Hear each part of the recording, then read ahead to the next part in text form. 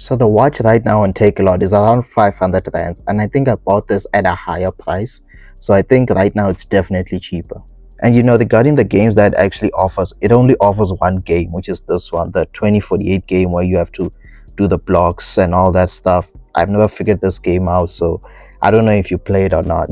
So I would definitely recommend the smartwatch if you actually just want a casual normal smartwatch where you can get calls and texts normally.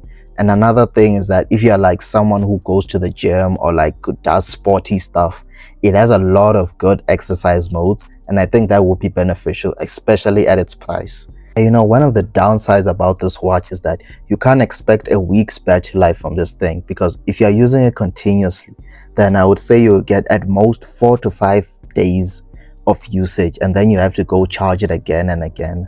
But I feel like a lot of people won't be bothered by that.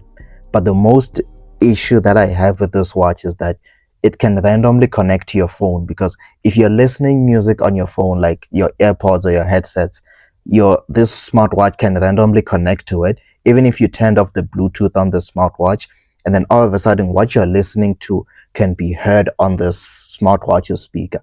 And I think that's kind of annoying sometimes. And lately I've been seeing that it's not actually doing it that much. So maybe they're fixing it, or maybe it was a setting that I actually did or something. But then overall, I would say this is a good smartwatch.